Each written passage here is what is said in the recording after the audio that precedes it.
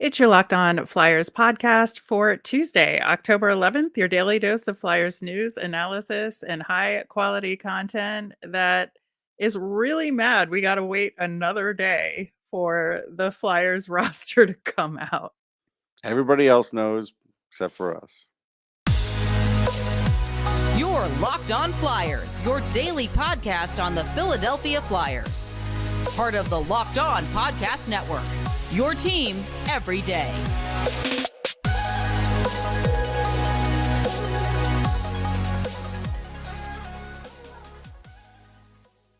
Hello, I am Rachel Donner. You can find me on Twitter at rmiriam.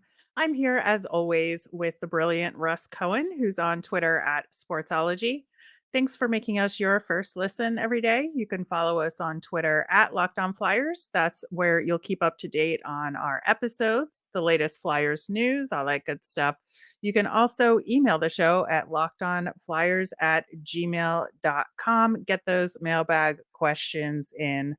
On today's show, we are going to talk about the latest from training camp, the latest cuts and waiver news, but no roster yet. We'll get to why in a little bit. And we'll check in with the Phantoms. Their preseason is underway and some interesting developments there as well. Locked On Flyers is free and available on Apple Podcasts, Spotify, Odyssey, wherever you are listening. So subscribe. You'll get all of our episodes here on the Locked On Podcast Network. Plus, we are over on YouTube. So search for Locked On Flyers and subscribe there as well. Russ, I was hoping at this very moment we could look at a list of names and say, yes, this is the Philadelphia Flyers for 2022-23 and figure out how they did it with the cap and figure out who's really injured or not.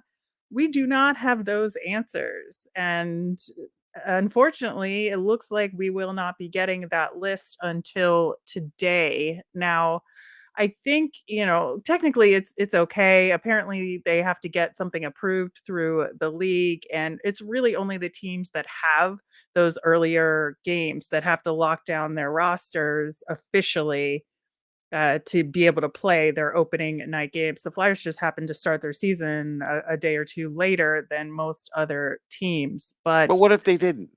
yeah, I know. Well, I think I worry about things like that where Because it this seems seems unplanned. Can we at least say that whatever is happening here seems very unplanned?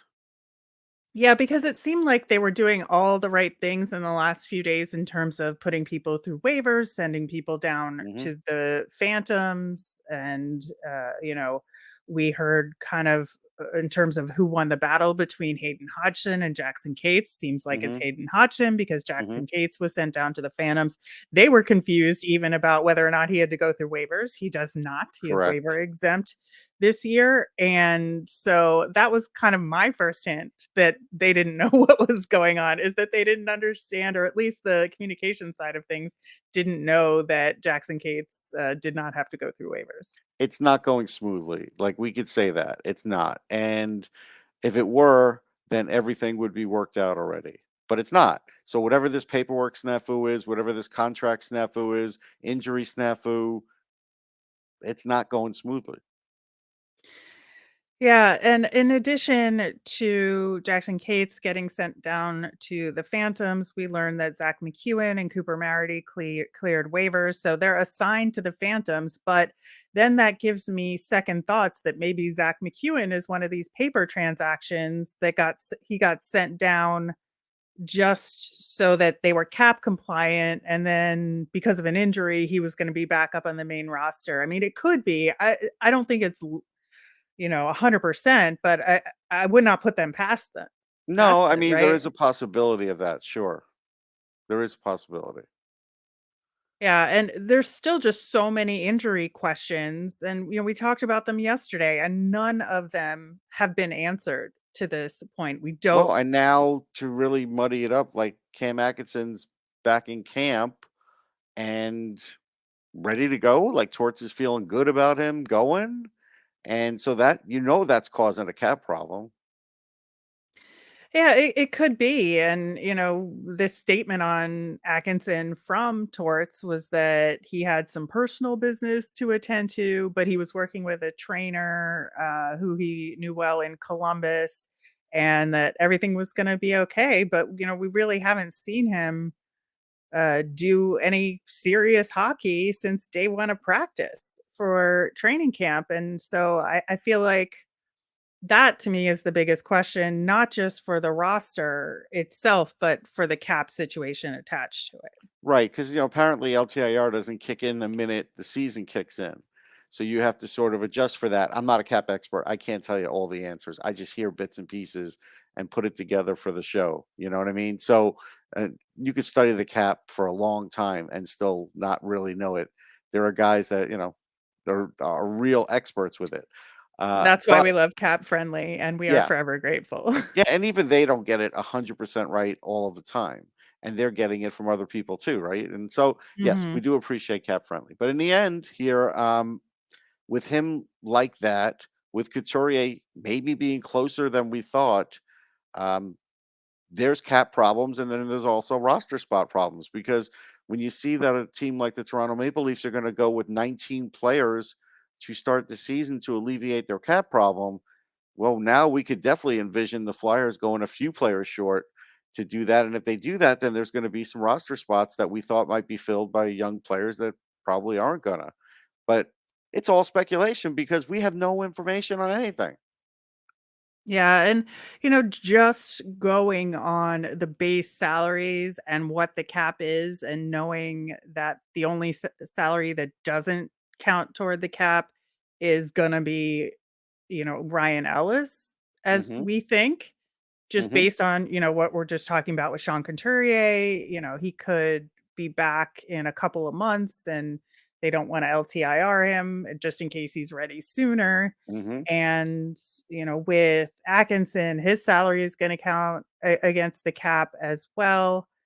I think that, it's really tight right now. We're about, 1.5 million hitting the cap. If everybody who's injured salary right now has to go up against the cap, not including Ellis. But if you have to include Ellis to get through it, then I think that we could be looking at like a 19-man roster situation, and paper transact people just to make it work before you put them on LTIR. Then I think at that point the Flyers are going to be okay, that they'll be about 1.5 million, 1.6 under the cap if things go according to what we think they will be, with, you know, maybe one spare forward, maybe, and then one spare defenseman. And That's that's, logical. yeah, I think that's really where we're at right now when it comes to the cap and who's going to be on the roster. But like whatever math gymnastics they have to do to get to the point where they can put Ellis on LTIR, that's the big worry to Well, me. so now here's the thing.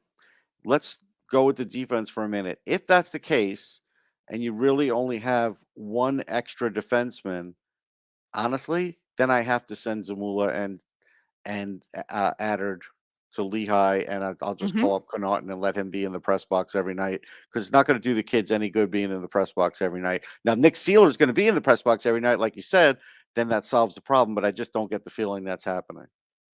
Yeah, we talked about that yesterday, but Yep. I really think that's where that's going, that Yeah. Sealer is gonna be on that bottom pairing, and, because of the cap compliance, they'll just send Addard and Zamula back down to Lehigh Valley for the time being until whatever cap situation is sorted or somebody gets hurt, and, like, you Right. hate to see that be the reason I know. why. But I guess that's the nature of the game, of course, that, call-ups happen because guys get hurt all the time. But I think, especially with Farabee, back in as well, that's another 5 million Yep. on the forward side of things. So that's kind of where we're at, and it's like this big mystery box See, of this what is where this situation is, right? yeah. See, this is where when you're not a great team, if you had some cap space, it makes a big difference for what you can do and how you can plan. All of a sudden, planning goes out the window when you're just trying to match up salaries here. Yep. Yep. And development goes out the window as well. It does. What is the right path for some of these players either to get to the NHL or to succeed in the NHL? And just the way that Torts has been talking, I think that point specifically is something that's been frustrating him, that he's sort Mhm. of like throwing up his hands with the roster and be like, just give me whatever roster you can give me and I'll figure something out. Right. It does feel that way because I know, I think it was Bill Meltzer that reported he stopped practice today because he didn't like the way it was going with some gameplay situations. So not enough grit in the corner and tough play and all that. And it's like, okay, I mean, I get it, but we're literally a day before the season starts. So again, I'm going to still beat the drum that he should have been coaching the whole time, maybe just not one game. So then maybe the system would have sunk in quicker than this. And maybe they would have put the systems in, like he said, actually in the preseason and not in practice because you didn't have time to do it in the preseason. You know what I mean? Like it just, none of this has been smooth. No, and, yeah, I hate to imagine what's going on behind the scenes there, but, obviously lots more to speculate on again because we don't have a roster and we don't know. We'll talk about how this affect what lines could be put together for Lines? opening What night. lines? Listen, you know, like, we have to start somewhere, right? Yes. All right, we will do that after we hear about our friends at Built Bar. If you haven't tried Built Bar Puffs yet, you're depriving yourself of one of life's greatest joys. And guess what? There's a new flavor, ready, delicious, indulgent cookie dough. Covered in chocolate, that's right, Built has done it again. Let me introduce you to your new favorite cookie dough chunk puffs. Have They have a light and chewy texture, real cookie dough chunks, and of course, they're covered in 100% real chocolate. All the joys of eating cookie dough without the hassle of making it, plus it's healthy for you. Cookie dough chunk puffs are the only 160 calories and they have a whopping 15 grams of protein in them. Run to built.com to snag a box for you and the family. It'll be the perfect treat, or you could find a really good hiding place and just hoard them for yourself. What's great about Built is that all their bars are made with collagen protein, which your body absorbs more efficiently and provides tons of health benefits. Eating something that tastes good and is good for you. You are going to love the new cookie dough chunk puff, whether you need a snack for a workout, a late night treat, or you just want to grab a quick bite. Built is the perfect protein bar, and they taste better than a candy bar. Ditch the calories, fat, and sugar. Grab yourself a Built bar. Go to built.com, use promo code LOCKED15 and get 15% off your order. Use promo code LOCKED15 at built.com. Russ, we saw some lines in practice yesterday that could be something that Torts is trying out, although based on what we just said that he was dissatisfied, maybe he'll put things in a blender again. Yeah. But I think it's worth talking about it because there's some interesting things to note here. First off, we did already know that Noah Cates was going to get shifted to center. We talked a hmm little bit about that yesterday, that hmm Noah just wants to do whatever he's told to do, and he can play the position. We've said that he, I think, would thrive better on the wing, but will play center, and I think he'll be a good soldier here on that front. So it's looking like he'll be at 3C, which puts Hayes as the 1C, obviously, and then Frost as 2C. And then Tanner Lazinski, of course, winning that 4C slot with a really good camp performance. Yeah. So Lazinski, I think, is safe uh, because 4C is 4C, and he's sort of built for that position. We talked about Hodgson yesterday taking that right wing role on the fourth line. So that seems normal. Mhm. But again, let's say Couturier is not coming back right away. Then I think Frost is safe. If Couturier is back, Frost is in trouble. Like he's in deep trouble. And if Couturier and Atkinson are back, then Hodgson's in deep trouble because then Allison probably goes to the fourth line. So that's sort of the way I see it. Imagining this is like a best case, worst case scenario almost, right? It's hard to explain. Exactly. One of the things that I thought was interesting was that it was sort of implied that that fourth line with Lazinski and Delorier and Hodgson on the wings is a fourth line that Tortorella wants to try out. And he sees some potential there and wants them to get used to playing with each other, build chemistry, and Mhm. see what they can do with their physicality. But, they have some shots there as well. So I'm not saying they're going to be dynamic, but I'm saying they do know how to shoot the puck on that line. It's already And better than last year if they can do that.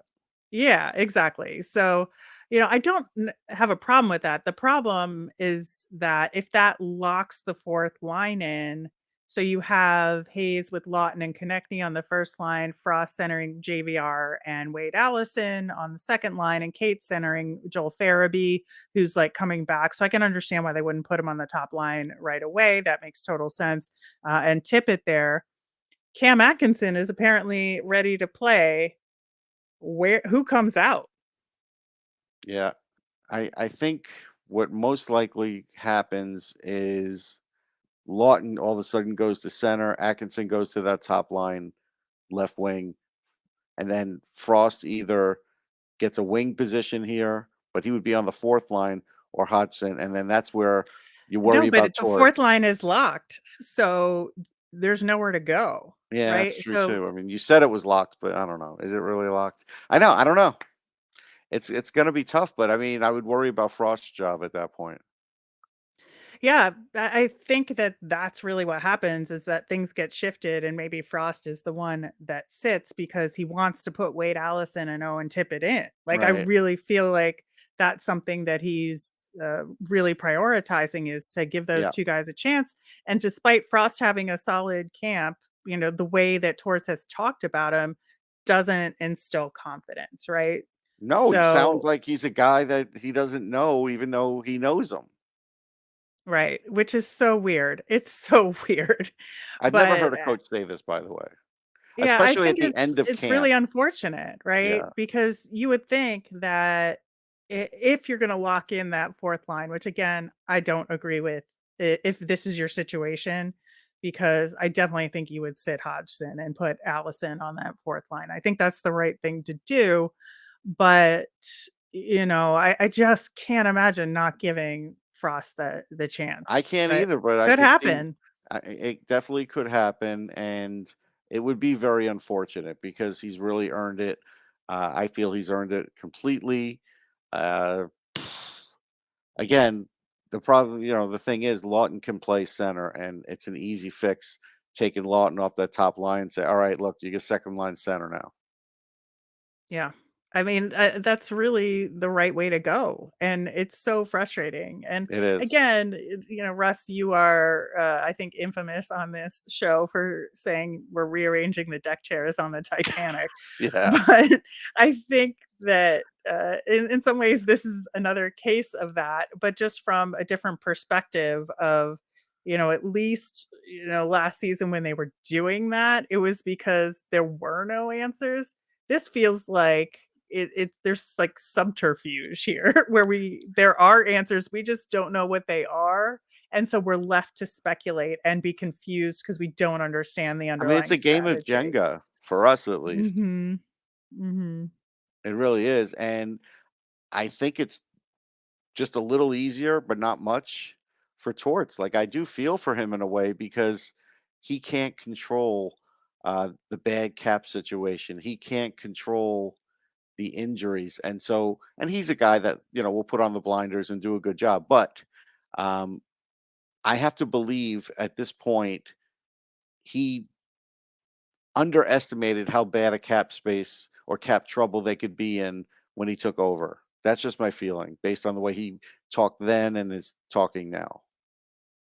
Yeah, I really feel like he is very frustrated and he's doing everything he can to deflect and also be cagey at the same time so that he can at least at some point if something goes right, he can be like, "Aha, I knew it all along and this was the Right. plan all along," right?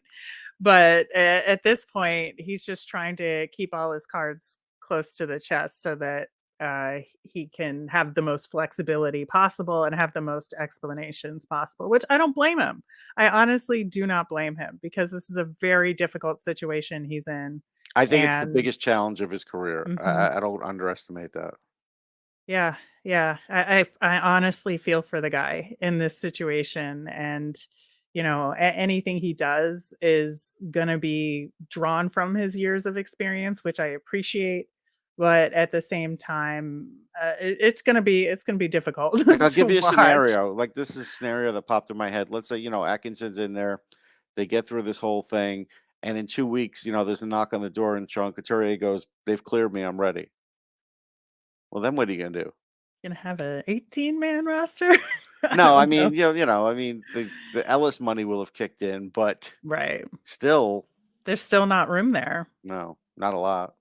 Nope. They have to do something. So that's where I think frustration might set in for him.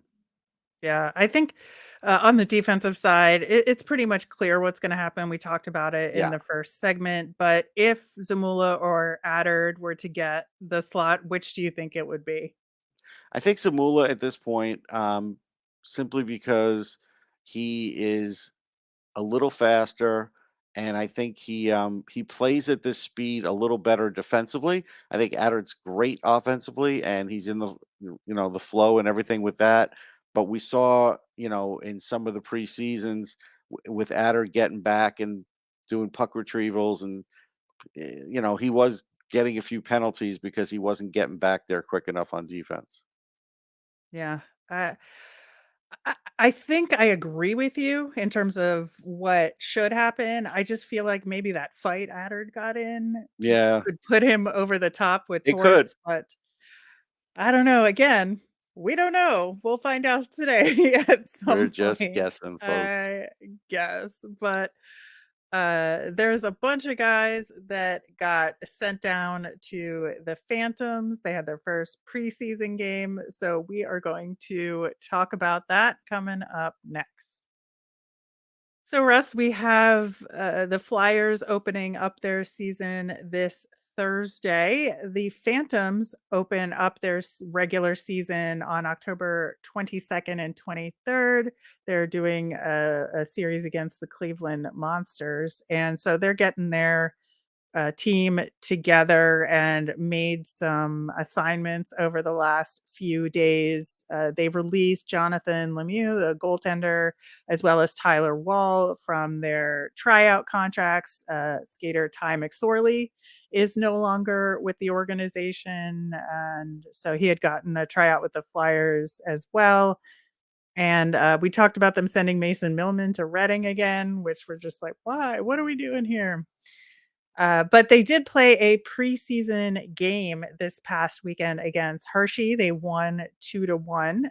Tyson Forster scored as well as Jordy Bellerive. Which is good. Bellerive, yeah, and Bellerive was short of the Gordie Howe hat trick by an assist. Mhm. He had the goal and a fight in the game, but I think he had a really good game overall, and I think he'll be a solid contributor to the Phantoms. I think he's just like a perfect AHL level guy that can score goals every now and again, but he'll Yeah. be that one of those tough guys as well. So I'm really glad he'll be on the team. Yeah, same here, and, a guy like Forster should lead the team in goals. Yep. So it's good to see him get off to a really good start, scoring in that game. And I also really appreciate that Wyatt Wiley had secondary assists on both goals. Really took a big step forward last season, Yeah, I we talked thought. about that And a lot. We were happy at the end of the year with him. He was really one of the players that we felt like actually developed. yeah, so it's good to see him be an active part of scoring for the Phantoms. It's going to be really important for them to score a lot of goals. I think, much like with the Flyers, I think that their offense suffered a lot last season. It Their did. special teams suffered a lot last season. And, you know, Phantoms were 0 for on the power play in this game. Still But a problem. it's the early preseason, so I'm gonna cut them a little bit of slack on this one. Once we But you hit the have to regular see season. improvement at some point. Preseason Yeah, is the time to actually see improvement. yeah. We also saw Lappy switch up the lines throughout the game just to try different things out. It wasn't Hmm. because things were going bad. The team was playing well overall, and they played really well defensively in that game. And so I really liked the combination of Cal O'Reilly with Ollie Lixel and Tyson Forster. I think that's a really solid combo with Cal kind of being the backstop of that line, giving Lixel and Forster a chance to shine. And I think that's a really solid group that I would like to see a little bit more this season. Yeah, I agree. That could really be a nice line. Lixel had a really good camp. I mean, I think he can Mhm. play at the NHL level some sort of role. So if he starts, piling up a lot of points here, he's going to make a very tough decision for the Flyers at some point on what to do with him because he's a little bit older, and teams are going to scout him and teams are going to want him. I mean, that's just going to be a fact. So I think this is good for Lixel, and I expect him to have a really good year. I do too, and man, it would be awful if you were trade bait, but I certainly He could be though. understand. Yeah, no, I certainly understand why they would do it because he is that guy and has a lot of potential. So, looking forward to his season on the Phantoms. Pat Nagel played in net, really solid for the first two periods. Tyler Wall, who's no longer with the team, played the third. But it looks like for now we have Pat Nagel, Troy Grosenick, and Nolan Meyer are the three goalies they're going to rotate at least for now. We'll see if one of them, probably Meyer, I guess, would be sent down to Reading.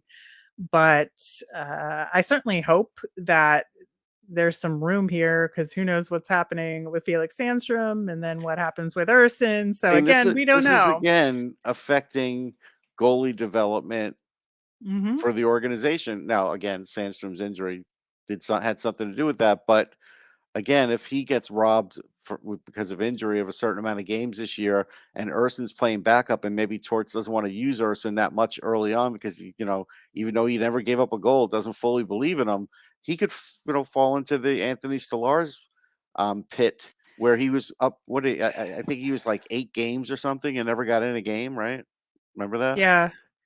Yeah. And then Was that with went to Dave the Ducks. Hackstall? I think that was with Dave Hackstall, right? Think so. I don't think it started with Hackstall, but I think it finished with Yeah. Hackstall. But yeah, at least he got some quality time with the Ducks. So Yes. I appreciate that he got at least some NHL playing time when he could. But yeah, there's another preseason game on Wednesday versus Wilkes-Barre Scranton. So we'll see with the new guys that they've added since then, and obviously with who winds up on the Flyers There's and going who to be doesn't. more. More is coming. Yes, more turmoil. Well, turmoil's the wrong word, I but more think here's what change. I think is More going to change. happen. I think players are going to be there before we even hear about it for this next game Yeah, they're just because gonna like show up at practice and yeah, be like, "Oh, that's who got cut." right. I really feel like that could happen. Yeah. Yeah. All right. Well, we did a lot of speculating today on the show, and hopefully we'll have a roster to talk about on tomorrow's show with It'd be the nice. last few notes. We're also going on tomorrow's show going to talk with Trey Matthews of Locked On Devils, our last Metro crossover episode, our opponent for opening night. We got some really good intel from him, so we'll bring that to you as well. Wrapping up with our Flyers fun thing, man, I did not expect to hear the name Ville Leno, uh, you know, this season, but we did. He has partnered with the Flyers on a merch collab for the Cap and Collar, which is the retail store on the club level. Got some fancy clothes coming out. Really sweet 80s, 90s style bomber jacket that I really like. But Billy Leno, man, always came in clutch at the randomest moments, but then like didn't produce at all the rest of the time. I think It's he like did when this. he's, I was going to say I think he did this with the Sabres money. yeah, he probably did. But some good times with Billy Leno because like when he did good things, they were really good things. Clinched a playoff spot for the Flyers one year with a shootout goal. That was really cool. So love to see Ville Leno back partnering with the Flyers. That'll do it for today's show. As a reminder, we always want to hear from you. So send in your mailbag questions via Twitter at LockedOnFlyers. You can email us at lockedonflyers@gmail.com. I'm Rachel. I'm on Twitter at rmiriam. That's RMIRIAM. I'm Russ. I'm at Sportsology, SPORTSOLOGY. You made us your first listen today. Now make your second listen Locked On NHL. Locked On experts give you a daily 30-minute podcast on all things NHL all year long. Stay up to date on everything in the hockey world with Locked On NHL, your daily NHL podcast. Have a great day, everyone.